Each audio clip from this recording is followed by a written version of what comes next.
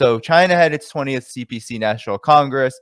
It just closed. It lasted a week from the Sunday before this one into this past weekend. They elected a new central committee. Xi Jinping is the general secretary for a third 5-year term. And of course, the Western media went into overdrive, demonizing China. There was a really strange. So this is, I think the American Empire, all of its vassals, are becoming really desperate because there was a really strange story going on. I want to show people how strange the story was about. So Hu Jintao, he was the general secretary of the Communist Party. He was also the president of China from 2002 to 2012. And during the Congress, there was a very interesting story that circulated. I just want to share what the New York Times had to say, but it was viral, right? Everyone was talking about Hu Jintao, and here you see it. You know, the former Chinese leader was escorted out without explanation. He appeared to pause to speak to Xi Jinping before leaving. And so here is the video.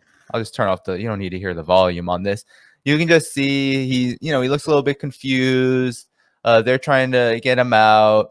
And it seems like a pretty non-eventful thing. You have no idea what's going on, but it doesn't seem like a crisis. No one else is reacting. Xi Jinping is pretty much chilling there.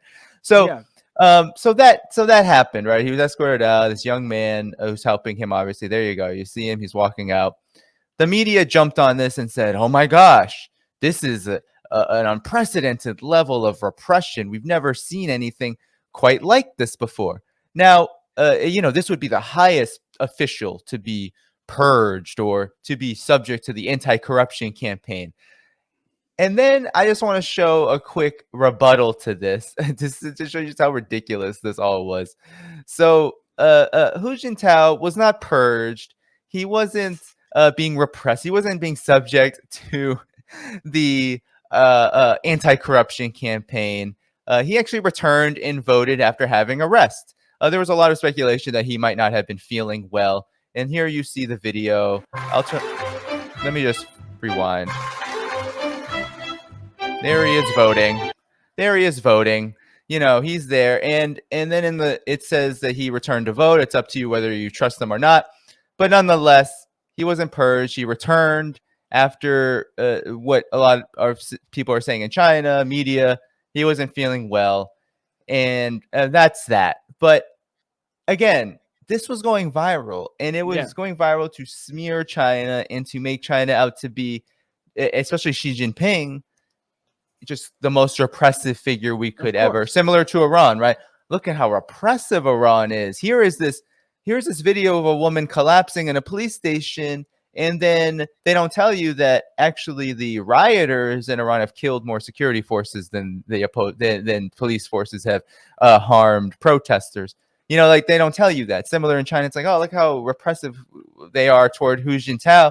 They don't tell you that in Hong Kong, more police officers died than police harmed Hong Kong protesters when there was that color revolution happening. So anyway, any reactions to the Hu Jintao situation? I just want to know what you think about that, because it's so utterly ridiculous. I knew like they're trying to portray it like, like the Stasi walked in and just like took him to a station somewhere and tortured him and purged him from the party. You know, it's they try to like make these cartoon villains out of any foreign leader they don't like, and I find it so infantile, and it's insulting. Like, people in the West allow their media to speak and leaders to speak to them like they're children and dumb things down to a binary level, and they do this with Russia right now too. Like, oh, Putin he's an imperialist. Apparently he wants the Soviet Union back. He wants to take over the whole world. He just wants to raise gas prices in the US to make you suffer, like all this crazy cartoon villain nonsense. And they don't say anything about NATO. They don't say anything about how, Russians have been opposed to NATO expansion since before anyone even heard of Vladimir Putin. And it's the same thing with China, right? They always show you one side. They don't tell you the full story. And the second video that you played, I can I can damn well assure you they're not going to make that one go viral, because that breaks the whole story, right? Like, let's just think about this for a second. If China actually wanted to quote unquote purge him like they're claiming, Why would they do that when there are cameras rolling in front of everyone? Like the media and 2,296 delegates of the Communist Party of China, all sitting in the same Great Hall of the People.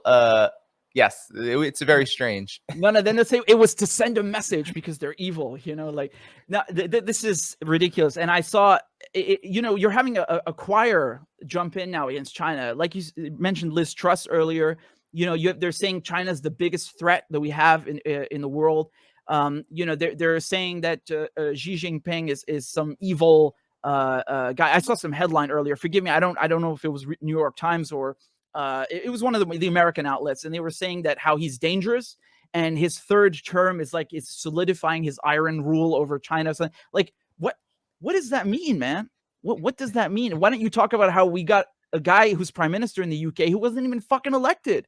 You want to talk about like weird political systems? Why don't you look in the West first? That Rishi Sunak wasn't even elected by the British people or his own party. He just got the job. And we have a new king, apparently. Like, who are these people?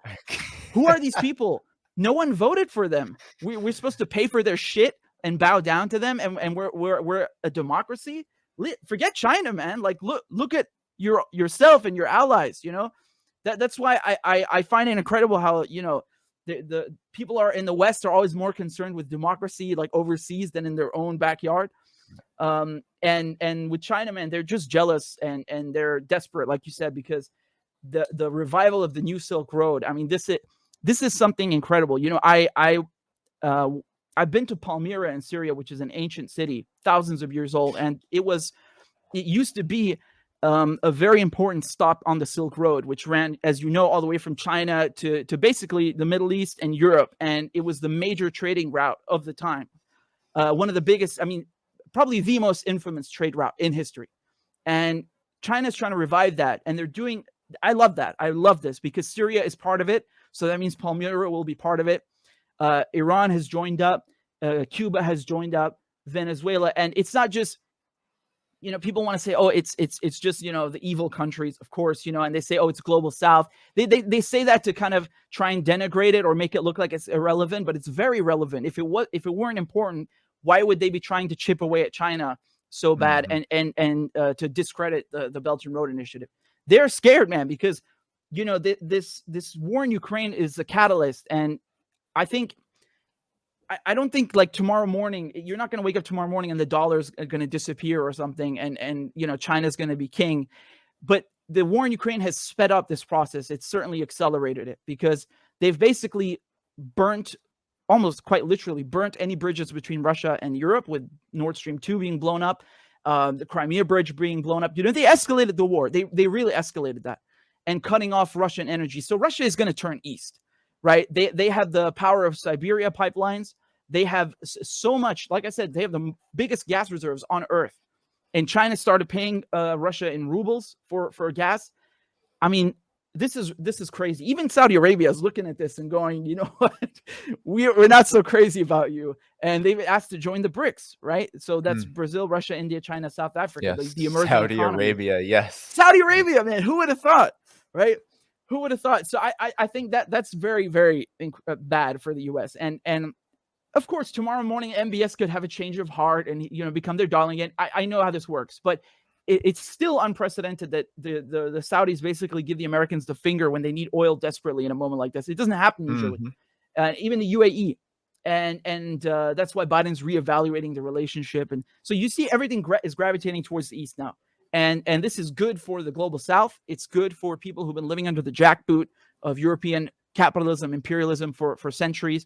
And I don't know, I can't say for sure whether the new multipolar world is going to be perfect or even good, but this current one, it cannot last because it is evil, and all we see is war, sanctions, destruction, misery. It's just a cycle, and there's no way out of it. And when it comes to China, China's trying to promote, there's mutual respect and agreement. It's not we're going to storm your country with with paratroopers and steal your resources and put in a new government. It's do you want to do a trade? Like, are you do you agree that we give you this and you give us that? You know, Iran can't sell oil because of sanctions. So the deal is Iran gives the Chinese oil, China builds infrastructure in return. This is respectful. This is something based on mutual agreement and respect, and that's what the world needs. And you know, their efforts to try to discredit China, discredit Iran, it's not a coincidence. It's not. They are getting nervous and they're getting desperate, and they will do this to justify any future sanctions or interventions. And I'm afraid that Taiwan is going to be the next Ukraine. You know, you're going to have, because like I said, they're trying to chip away at China with Tibet, with Hong Kong, with Xinjiang, with Xinjiang, with the Uyghurs, and you know, Taiwan is probably going to be their next one. I hope I'm wrong, but seeing the stuff like AUKUS, this military alliance with Australia, the UK, the US, that's provocative. You put nuclear powered, not armed, but still nuclear powered advanced submarines in Australia's hands and tell the Australians, there's the enemy, it's the Chinese. How is that not provocation? Like, they always want to portray the West as the victim, but if you just look at a map, it's Western forces that encircle China. It's Western forces that encircle Iran. The map is very clear. The map doesn't lie.